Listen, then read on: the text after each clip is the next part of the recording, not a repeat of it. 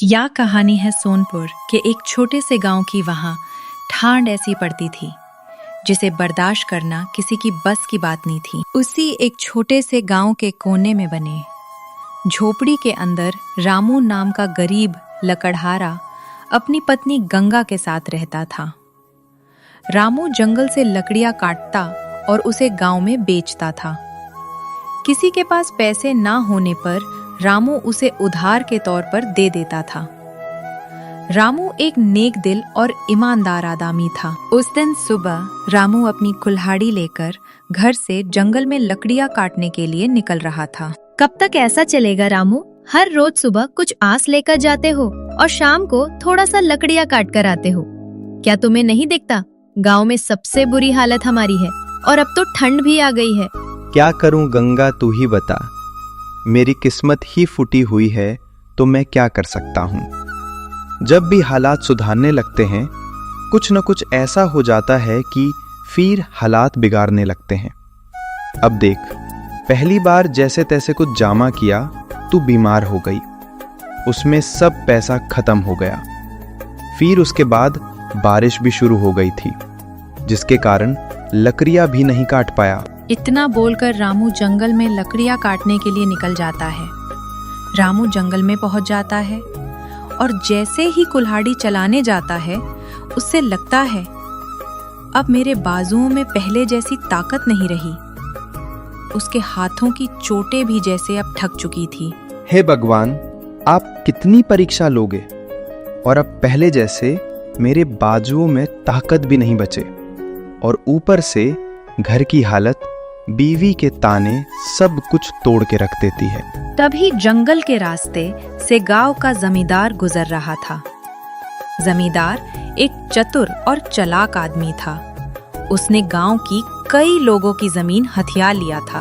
अरे रामू, क्या हुआ अब तुम्हारे हाथों में? पहले जैसा ताकत नहीं दिख रहा है, क्या बात है यार? मन कुछ बोझिल सा लग रहा है, क्यों? हाँ जमींदार जी, आप तो सब जानते हैं मेरा परिवार बहुत आर्थिक तंगी में है और ऊपर से बीवी के ताने और अब तो ठंड भी आ गई है। पहले जैसे बाजुओं में ताकत भी नहीं बचे। रामू, अगर तुझे पैसों की जरूरत हो तो मेरे घर पर आ जाना, मैं तुझे ब्याज के तौर पर पैसे दे दूंगा। वैसे सुनने में आ रहा है अब तो बारिश भी होने वाली है, इस बार ठंड तो और तेज पड़ेगी। इतना कहकर जमींदार रामू के हालात पर हंसते हुए घर की तरफ निकल गया। हे भगवान, क्या मैंने अपनी तकदीर खुद लिखी थी या मैंने किसी का बुरा किया है? कभी चोरी, कभी बेईमानी, मैंने कुछ बुरा नहीं किया। फिर मेरे ऊपर एक दुख क्यों आया है? मेरे सपनों के दिए बुझ गए, मेरी उम्मीदों के चिराग बुझ गए। धुंध में खो गया हूं, कहीं से रास्ता नजर नहीं आ रहा है। आज भी थोड़ा सा लकड़ियां काट पाया हूं। गंगा उम्मीद लगाए बैठी होगी। मेरा तो घर भी जाने का मन नहीं कर रहा है, मैं क्या करूं? शाम को रामू थका हारा लकड़ियों का थोड़ा सा गट्ठल लेकर घर पहुंच गया। उसका चेहरा उदास था। जैसा ही वह घर पहुंच गया, गंगा ने उसे देख लिया। अरे क्या हुआ रामू, तुम्हारा चेहरा आज इतना उदास क्यों लग रहा है? कुछ तो बोलो। आज भी थोड़ा सा ही लकड़ियां काट पाया हूं गंगा, और अब तो ठंड भी बढ़ गई है हमारे पास। ऐसा कोई साधन नहीं है कि हम ठंड से बच सके। और सुनने में आ रहा है कि अब तो बारिश भी होने वाली है और आज तो जमींदार भी मेरी किस्मत पर हंसते हुए चला गया। मैं तुम्हारे लिए खाने के लिए भी कुछ नहीं ला सका। गंगा चुप हो गई और उसकी आंखें भर आई। सुबह जब तुम लकड़ियां काटने जा रहे थे तब मैं भी तुम्हें बोल रही थी, इसमें गलती मेरी भी है। मैं तुम्हारे दुख को कभी समझ नहीं पाई। फिक्र मत करो, भगवान ठीक कर देगा। रामू चुप हो गया और कुछ नहीं बोला। चुपचाप जाकर चारपाई पर लेट गया और उसके हाथ कांप रहे थे, लेकिन उसने अपनी बीवी को कुछ नहीं बताया। अगले दिन सुबह होते ही गंगा ने रामू से कहा, रामू, जो थोड़ा सा लकड़ियां लेकर आए हो उसे गांव में किसी को बेच दो और उन पैसों से कुछ राशन खरीद लेना। आज घर में खाने के लिए कुछ भी नहीं। और फिर रामू उन लकड़ियों को लेकर जाता है, गांव में बेच देता है।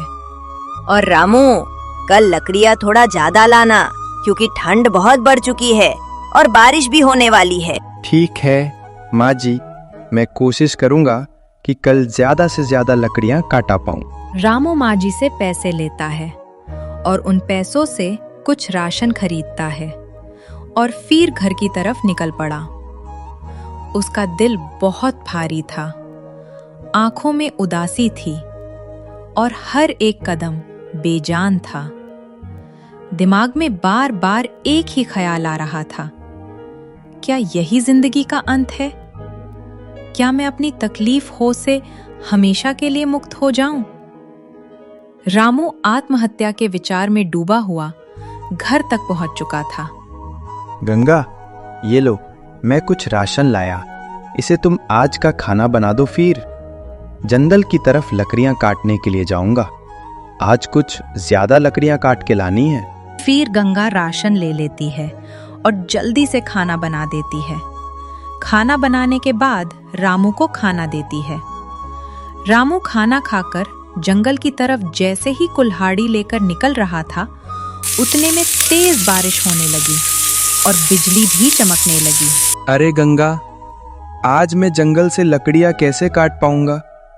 अभी तो बारिश भी शुरू हो गई है और शाम को घर में खाने के लिए कुछ नहीं है। हमारे घर में तो वैसे ही खाने के लाले पड़े हैं और ऊपर से बारिश भी शुरू हो गई है। क्या हम लोगों को भूखा ही रहना पड़ेगा? हे भगवान, कौन सी परीक्षा ले रहे हो हम लोगों से? क्या हमने कभी किसी का बुरा किया है? गंगा, तुम चिंता मत करो, मैं जमींदार के घर पर जाता हूँ और कुछ पैसे ब्याज के तौर पर लेकर आऊंगा, जिससे हम लोगों को भूखा नहीं रहना पड़ेगा। और एक दो कंबल भी ले लूंगा, जिससे हम ठंडी से कुछ राहत मिल जाएगी। अरे रामू, जमींदार तो बहुत चालाक आदमी है। उसने गांव के कई लोगों का जमीन हड़प लिया है। अगर हम लोगों ने उसके पैसे नहीं चुकाए तो हम लोगों को घर से निकाल देगा और हम इस ठंड और बारिश में कहाँ जाएंगे? गंगा, तुम चिंता मत करो, जमींदार हम लोगों को घर से नहीं निकालेगा। मैं उसके पैसे जल्दी चुका दूंगा, चाहे मुझे उसकी गुलामी क्यों ना करनी पड़े। इतना कहकर रामू तेज बारिश में भिगते भिगते जमींदार के घर की तरफ निकल जाता है। जमींदार जी, आपने उस दिन बोला था जब भी मुझे पैसों की जरूरत पड़ी तो आप मुझे ब्याज के तौर पर पैसे दे देंगे। मुझे पैसों की सख्त जरूरत है, आप मुझे ब्याज की तरफ पैसे दे दीजिए। मैं कब ऐसा बोला था? मैं तो मजाक कर रहा था। मेरे पास कोई पैसा वैसा नहीं है। और हाँ, तूने किसी से पूछा भी नहीं, सीधा अंदर आ गया। ठीक है, जैसे आया है वैसे ही वापस चला जा, नहीं तो धक्के मरवाकर बाहर निकलवा दूंगा। और फिर रामू तेज बारिश में जंगल की गहराइयों की तरफ निकल जाता है। रामू काफी थक चुका था और उसके पैर जवाब दे चुके थे तेज बारिश में। एक पेड़ के नीचे बैठ गया और आसमान की तरफ देखने लगे। मैं मर्द हूं ना, इसलिए किसी के सामने रो नहीं सकता। अगर मुझे गंगा रोते हुए देख लेती तो उसका मनोबल टूट जाता, इसलिए मुझे जंगल आना पड़ा। हे भगवान, आप कितनी परीक्षा लोगे हमारी? कुछ समय बाद बारिश बंद हो जाती है और रामू उदास होकर जंगल से घर की तरफ निकल जाता है। बारिश होने के कारण ठंड भी काफी बढ़ जाती है। गंगा जमींदार ने तो सीधी सीधा मना कर दिया और वह बोल रहा था, मैं तो मजाक कर रहा था। उसने तो मुझे अपने घर से भी निकाल दिया और पैसे भी नहीं दिए। हम लोगों को सब भगवान के ऊपर छोड़ देना चाहिए। रामू, मैंने अपनी शादी की एक अंगूठी बचा के रखी है। जाओ, तुम उसे बेचकर कुछ राशन खरीद लो, जिसे हम लोगों को भूखा नहीं सोना पड़ेगा। रामू अंगूठी ले लेता है और हरिया की दुकान की तरफ निकल जाता है। हरिया सेठ, मुझे इस अंगूठी के बदले कुछ राशन और पैसे दे दीजिए। अरे रामू, तू किसी की अंगूठी चुरा के तो नहीं लाया? सीधे सीधे बता, वरना अभी पुलिस को बुलाऊंगा। ये सोने की अंगूठी कहाँ से आई तेरे पास? नहीं नहीं हरिया सेठ, तक आप पुलिस को मत बुलाइए। ये अंगूठी मेरी पत्नी का है। घर में राशन न होने के कारण इसे बेच रहा हूँ। इसे मेरी पत्नी ने खुद दिया है अपने हाथों से। फिर हरिया रामू को कुछ नहीं बोलता है और उसे राशन और पैसे दे देता है और रामू राशन लेकर घर की तरफ निकल जाता है। शाम का समय हो चुका था। रामू को काफी ठंड भी लग रही थी। तभी रामू को रास्ते में एक बूढ़े बाबा दिखाई देते हैं। अरे बाबा जी, आप यहाँ पर क्या कर रहे हैं इतनी ठंड में? तो आपको अपने घर पर रहना चाहिए। क्या करूं बेटा, मुझे तो मेरे अपने बेटे ने मुझे घर से निकाल दिया, इसीलिए मैं यहाँ 2-3 दिन से पड़ा हूं बेटा। कुछ खाने के लिए हो तो दे दो। 2-3 दिन से कुछ भी नहीं खाया। इतना सुनकर रामू की आंखों में आंसू आ जाता है। उसने जो राशन लिया था उसमें से थोड़ा सा बाबा जी को दे दिया और कुछ पैसे भी दे देता है। बाबा जी, आप इतने से काम लेना, अभी चलता हूँ। मेरी बीबी भी मेरा इंतजार कर रही है। वो भी 2 दिन से भूखी है। उसने अपनी शादी की अंगूठी बचा के रखी थी, वही बेचकर राशन लेकर जा रहा था। बेटा, तू एक सच्चा और नेक दिल इंसान है। तू देखना, एक दिन तेरी किस्मत जरूर चमकेगी। ये मेरा आशीर्वाद है। और रामू कुछ नहीं बोलता है, सीधा घर की तरफ निकल जाता है। अरे रामू, तुमको इतना लेट कैसे हो गया? और पैसा मिला कि नहीं? और राशन भी इतना कम लाए हो? क्या करूं गंगा, रास्ते में एक बूढ़े बाबा जी मिल गए। उनके बेटे ने उन्हें अपने घर से निकाल दिया था। काफी भूखे थे और ठंड से कांप रहे थे। मैंने थोड़ा सा राशन और कुछ पैसे उन्हें दे दिया, इसलिए थोड़ा सा लेट हो गया गंगा। इस ठंडी में अब कौन हमें पैसे देगा? वही अंगूठी बचा था जो मैंने बेच दिया। आप तो हर किसी की मदद कर देते हो, आपकी मदद कौन करेगा? तुम ठीक बोल रही हो गंगा, हम लोगों की किस्मत में गरीबी ही लिखी है लगता है। भगवान भी हमसे नाराज है। हमने तो किसी का बुरा भी नहीं किया है। रामू की ये बात सुनकर गंगा के आंखों में आंसू आ जाता है। उसने कुछ नहीं बोला, वह खाना बनाने चली गई। थोड़ी देर बाद खाना बन जाता है। दोनों खाना खा के सो जाते हैं। अगले दिन सुबह होते ही रामू ने गंगा से बोला, गंगा, कल का कुछ बचा हो तो बना दो, फिर मैं जंगल की तरफ लकड़ियां काटने जाऊंगा। थोड़ा सा चावल का टुकड़ा बचा है, वही बना देती हूँ। आज तो काफी ठंड है, आप कैसे जाओगे जंगल लकड़ियां काटने? गंगा, आज अगर जंगल नहीं गया तो हम दोनों भूखे मर जाएंगे। हमने तो बहुत लोगों की मदद की है, लेकिन हमारी कौन करेगा? कोई सहारा नहीं है। अब बागवान से भी भरोसा उठ गया है। ठीक है, मैं अभी खाना बना देती हूँ। गंगा खाना बनाने बैठ जाती है और वह अपने मन में सोच रही होती है, क्या भगवान सच में होते हैं? अगर भगवान होते तो आज हम लोगों को यह दिन नहीं देखना पड़ता। ऐसी जिंदगी जीने से अच्छा हम दोनों को मर ही जाना चाहिए। अरे गंगा, खाना बन गया है तो जल्दी से दे दो। आज ठंड काफी बढ़ रही है, मुझे जंगल जल्दी जाना पड़ेगा। जैसे ही गंगा रामू को खाना देने जाती है, वैसे उसे बाहर से किसी का आवाज सुनाई देती है। अरे बेटा, कोई है? कोई मेरी मदद कर दो, मुझे बहुत जोर की भूख लगी है। रामू बाहर जाकर देखता है तो उसे वही बूढ़े बाबा दिखते हैं। अरे बेटा, अगर तुम्हारे घर में कुछ खाने को हो तो दे दो, मुझे बहुत जोर की भूख लगी है। मैं गांव में बहुत लोगों के घर पर गया, लेकिन किसी ने मुझे खाना नहीं दिया। एक तुम ही हो जो मुझे खाने के लिए दे सकते हो।